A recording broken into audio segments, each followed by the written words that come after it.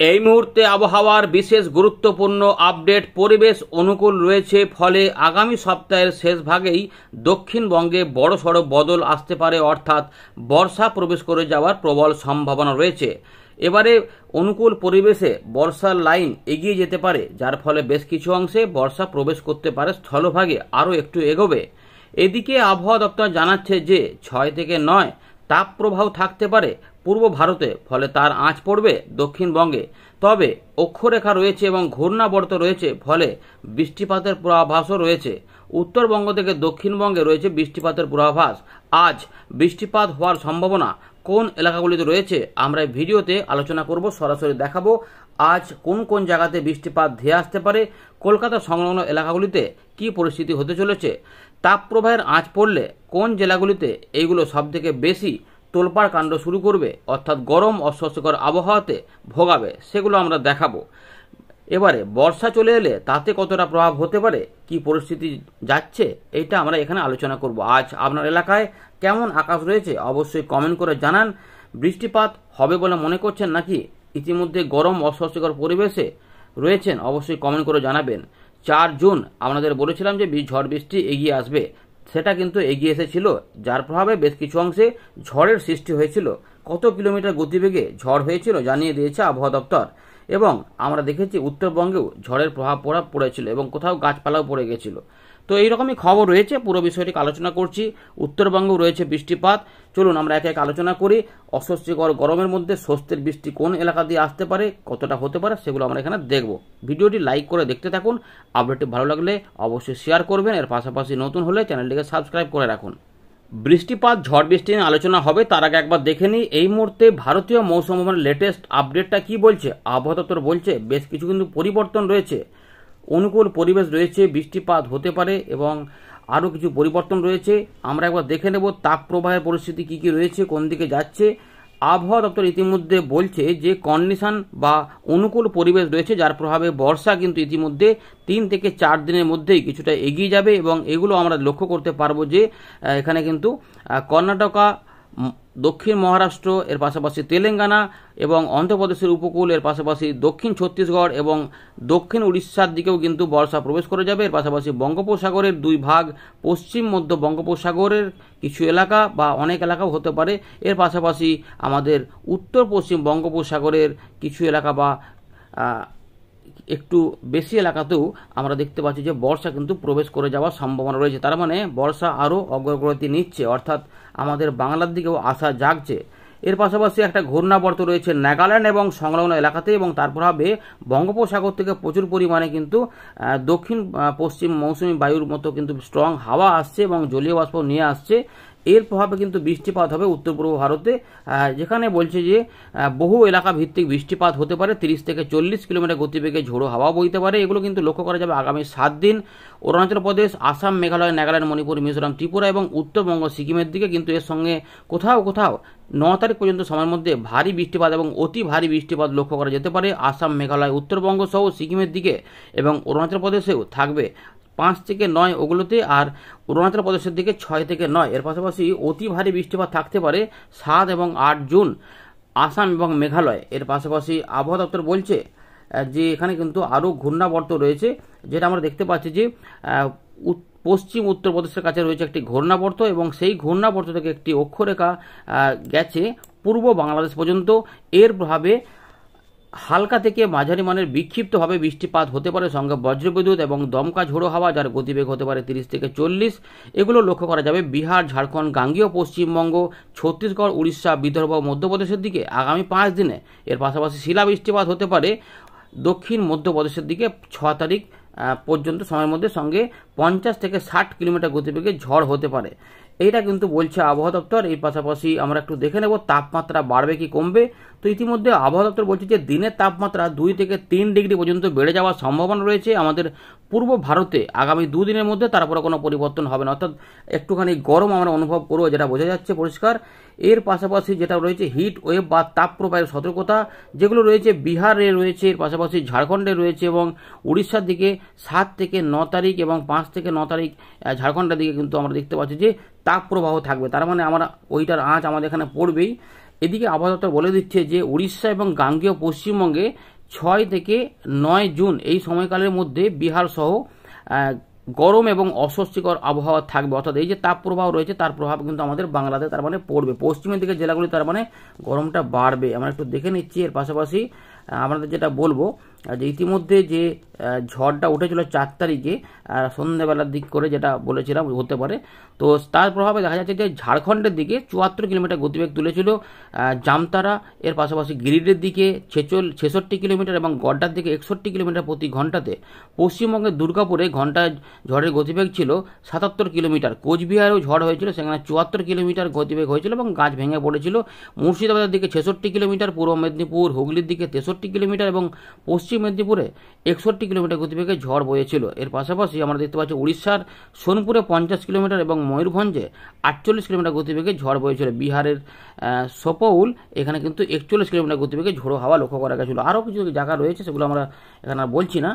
বর্ষার লাইনটা একবার দেখে নিই। 5 জুন পর্যন্ত যেটুকু রয়েছে, 5 জুন পর্যন্ত আর কিন্তু এগোয়নি।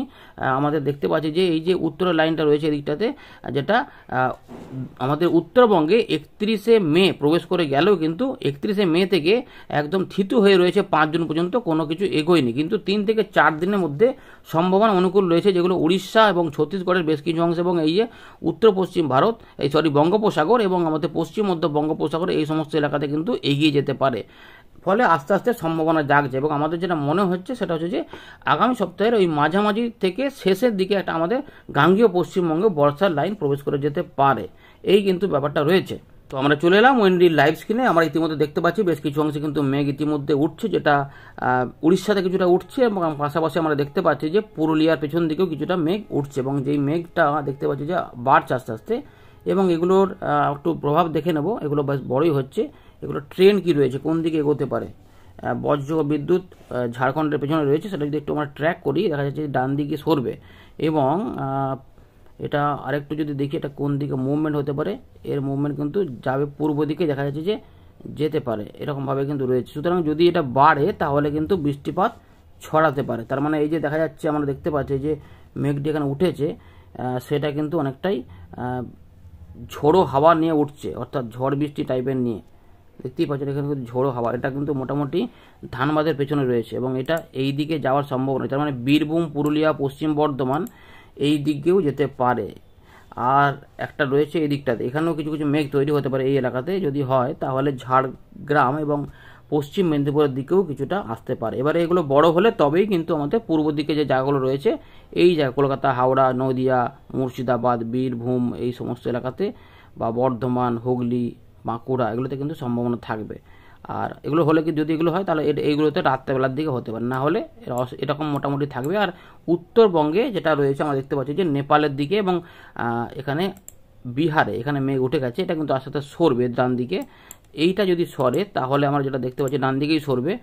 তার মানে দার্জিলিং, কালিম্পং, সিকিম এবং উত্তরবঙ্গের আলিপুরদুয়ার, কোচবিহার এবং উত্তর দিনাজপুরের দিকে যেতে পারে। এবার নতুন নতুন মেঘ তৈরি হলে বড় হতে পারে। তার জন্য কি হবে না, এখানে ঝড় বৃষ্টি টাইপের হতে পারে। এর পাশাপাশি এখানে কিন্তু ভারী বৃষ্টিপাত হতে পারে, এগুলো আমরা দেখতে পাচ্ছি এখানে। এবার একটু পূর্বাভাসটা দেখে নেব। আর বঙ্গোপসাগরেও কিন্তু ইতিমধ্যে ভালোই মেঘ তৈরি হচ্ছে। দেশের বিভিন্ন অংশে, বিশেষ করে এই জায়গাগুলোতে ইতিমধ্যে বর্ষা যেহেতু প্রবেশ করে রয়েছে, ফলে এখানে মেঘ তৈরি হওয়া শুরু হয়ে গেছে। এবারে কি হবে ত্রিপুরা, বাংলাদেশ, তো আমরা একটু দেখে নিই বজ্র বিদ্যুৎ সহ বৃষ্টিপাতের পূর্বাভাস কোথায় কোথায় রয়েছে। ইতিমধ্যে আমরা দেখতে পাচ্ছি যে ওদিকে তো মেঘ উঠেছে, তার মানে মেঘটা যদি উঠে বড় হতে পারে, তার মানে এই দিকগুলোতে একটু ছড়াতে পারে, এখানে একটু বোঝা যাচ্ছে।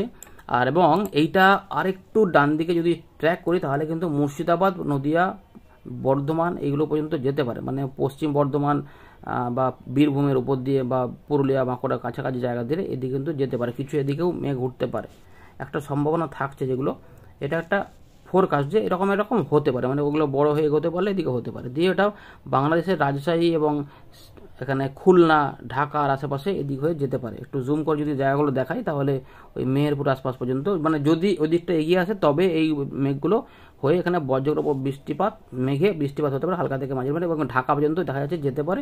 এইটা রয়েছে দক্ষিণবঙ্গে এবং এতে অদল বদল একটু হতে পারে, এই ব্যাপারটা কিন্তু রয়েছে। এবং উত্তরবঙ্গে বৃষ্টিপাত কিন্তু যাবে, ইতিমধ্যে যে মেঘটা উঠেছে সেই মেঘটা যদি যায় তাহলে কিন্তু জলপাইগুড়ি, আলিপুরদুয়ার, কোচবিহার এর পাশাপাশি দার্জিলিং, কালিম্পং, উত্তর দিনাজপুর, রংপুর, আলিপুরদুয়ার কোচবিহার আসাম মেঘালয়ের দিকেও মেঘ পরে তৈরি হতে পারে এবং এই যে এলাকাতেও বৃষ্টিপাত এগিয়ে আসতে পারে। এটা কিন্তু পরিষ্কার আমরা দেখতে পাচ্ছি।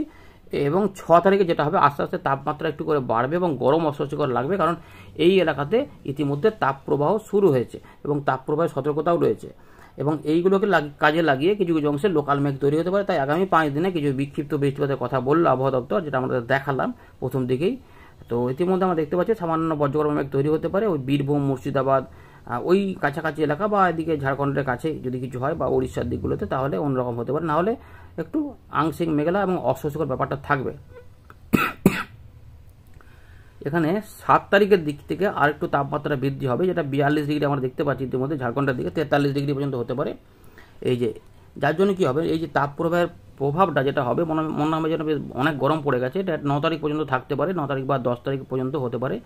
তো মিহিজাম, আসানসোল, দুর্গাপুর, বাঁকুড়া, পুরুলিয়া এদিকে কিন্তু 42 ডিগ্রি রয়েছে, আর একটু বৃদ্ধি হতেও পারে। আর বাকি কলকাতার আশেপাশে তাপমাত্রা মোটামুটি 36 থেকে 37-38-এর মধ্যেই থাকবে, রাতেও গরম লাগবে। এর পাশাপাশি উত্তরবঙ্গে বৃষ্টিপাত এখন 7 দিন লাগাতার চলবে এবং আলিপুরদুয়ার, কোচবিহার, জলপাইগুড়ি সহ বাংলাদেশের রংপুর, ময়মনসিংহ, সিলেট এবং ত্রিপুরার দিকেও বৃষ্টিপাত আসতে পারে। ত্রিপুরার বিভিন্ন অংশে বৃষ্টিপাত হতে পারে, দেখা যাচ্ছে এদিকে 7 তারিখ থেকে 8 তারিখের মধ্যে। এখানে 8 তারিখের মধ্যে তাপমাত্রা অনেকটা বেশি বৃদ্ধি হয়ে যাবে, পশ্চিমের দিকে অনেকটা গরম লাগবে, কারণ ধানবাদে 45 হয়ে যাচ্ছে, মিহিজাম বা পুরুলিয়ার ওই আশেপাশে 44-43 আশেপাশেও হয়ে যেতে পারে।